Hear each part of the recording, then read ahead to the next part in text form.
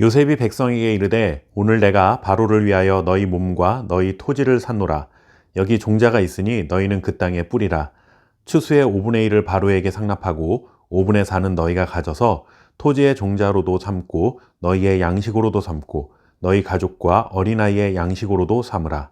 그들이 이르되 주께서 우리를 살리셨사오니 우리가 주께 은혜를 입고 바로의 종이 되겠나이다. 요셉이 애굽 토지법을 세우매 그 5분의 1이 바로에게 상납되나 제사장의 토지는 바로의 소유가 되지 아니하여 오늘날까지 이르니라. 아멘. 지금 우리는 개인의 자유를 충분히 보장받는 민주사회에서 살아가고 있습니다. 물론 앞으로 더 개선되어야 할 부분들이 있는 것도 사실이지만 과거 군사정권하에 있던 시대와 비교해 본다면 분명히 그때보다는 훨씬 더 자유를 많이 보장받는 시대가 된 것은 사실일 것입니다. 우리나라가 수십 년 전 독재 정권에 대해 저항했던 것처럼 지금도 지구촌 곳곳에서는 독재와 맞서 싸우는 다른 나라 국민들의 소식을 들을 수 있습니다.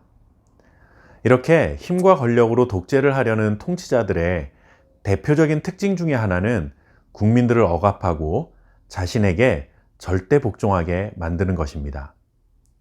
나라의 통치자가 부족한 모습을 보여도 단 한마디도 하지 못하게 하고 불만이 있어도 그에게 보복을 당하게 될까 두려움에 사로잡혀 그야말로 찍소리도 내지 못하게 만드는 공포 정치를 펼치는 것이 일반적이죠.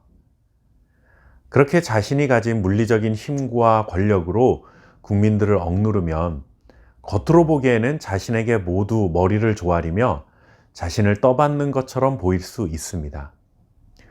그러나 그런 억지스러운 억압으로는 좋은 나라를 만들고 국민들의 행복한 나라를 절대로 만들 수가 없습니다. 그리고 그렇게 힘으로 눌러서 유지하는 권력은 언젠가는 무너지게 되어 있습니다.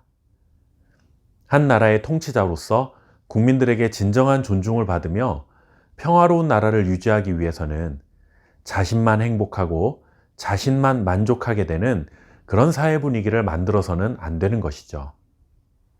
오늘 창세기 말씀에 나타나는 요셉의 정치력은 정말 탁월하다는 생각을 갖게 합니다. 흉년으로 인해 애굽과 그 주변 나라에는 먹을 것이 점점 떨어져 갔습니다. 그러나 요셉은 바로의 꿈을 통해 흉년을 대비했기 때문에 요셉의 창고에는 먹을 것이 남아 있었습니다. 사람들은 돈을 가지고 와서 요셉에게 먹을 것을 샀습니다. 그런데 먹을 것을 살 수 있는 곳이 요셉의 창고가 유일했으니 당연히 가격은 점점 올라갔을 것입니다.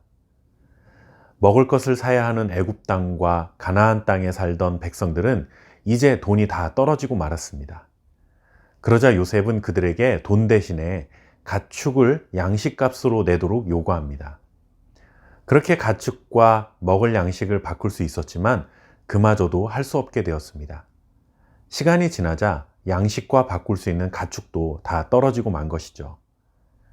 그러나 요셉은 그들이 소유한 토지를 내놓도록 하고 이제 그 토지를 전부 바로의 소유로 돌렸습니다. 그리고 흉년의 마지막 해가 되자 요셉은 백성들에게 종자를 나누어 주면서 바로에게 바친 그 토지에서 농사를 지어 수확을 하게 되면 5분의 1만 바로에게 바치고 나머지 5분의 4는 백성들의 차지가 되도록 명령했습니다. 백성들의 입장에서는 너무나 기쁜 일이었습니다.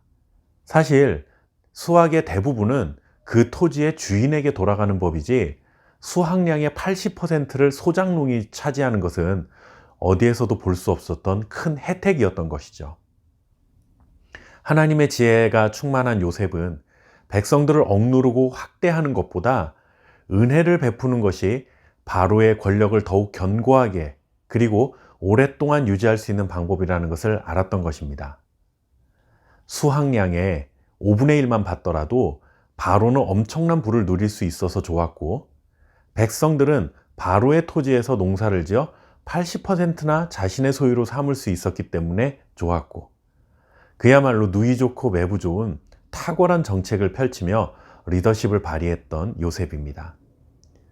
그래서 백성들은 기뻐하면서 이렇게 고백하죠. 우리가 주께 은혜를 입고 바로의 종이 되겠나이다. 바로에게 은혜를 입었으니 바로의 종으로 살겠다는 자발적 순종의 자세를 보이고 있는 것입니다. 그리고 이 토지법을 통해 바로는 큰 부를 누렸을 뿐만 아니라 수백 년 동안 애굽의 왕조를 견고하게 만드는데 결정적인 역할을 하게 됩니다.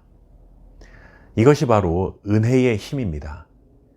인간의 힘과 권력은 효과가 빠르게 나타나 보이기는 하지만 자발적 순종과 존경이 아닌 힘이 없어 그저 억눌려 있을 뿐이죠. 언젠가 그 힘이 너무 강하게 되어 참을 수 없게 된다면 풍선이 터지듯 문제가 발생하고 맙니다.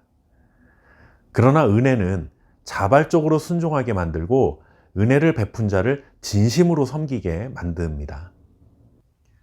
오늘 요셉의 지혜와 리더십을 통해 우리는 하나님의 모습을 떠올리게 됩니다.